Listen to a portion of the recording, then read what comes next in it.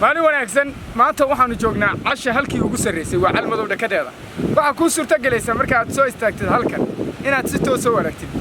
laas qoray oo halka anaga daaraheedu nooga muuqdaan hadda markii aad halkan oo fayga sare u baxdidna waxaad arkaysaa baran haddii aad istaagtid meel hadda aniga ii muuqato oo la yiraahdo geed la rifay oo laba bilood baa ka taagan oo shirkadaha isgaarsiintu leeyihiin halka boosaasaa kaaga muuqanaysa ayrigaamana faygan markaa istaagtid ayay ku muuqanaysaa laakiin inta badan iyadu ma muuqato oo maaga iyo waxa ku badan caydiyamada halkani waa Calmadow waxa ku yaal buuraha ugu qabow Soomaaliya oo ugu dhaadheer isla buurtan Calmadow haddii iyar la sii aado xagga waqooyiga waxaad tegaysaa daalo iyo sula dhulkan waxaa naga xiga oo marka jarkan la joogo oo qarkan la saaran yahay dhulka inta cagaarka ee quruxda badan ee beeraha leh waxay naga xigaan xaggan oo waxa la yiraahdaa marka laga leexdo magaaladaas noo muuqato ee magaceeda la yiraahdo tuuladaas magaceeda la yiraahdo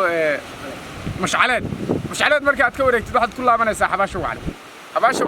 xagga ka xiga dhul beeralaya oo ay ka mid yihiin marka ludun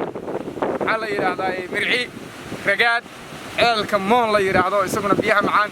iyo dhul badan xaggan hadaa si aadina waa Ceerigaabo oo iyadu xagga hoose ku taal laakiin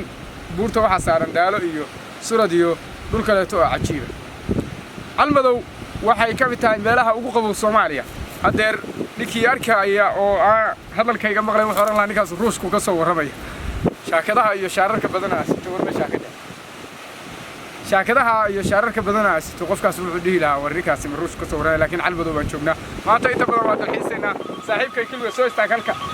kilwa waxaan malaynayaa waa markii kuugu horeysay oo aad Calmadow ka maqlaysay aad raadi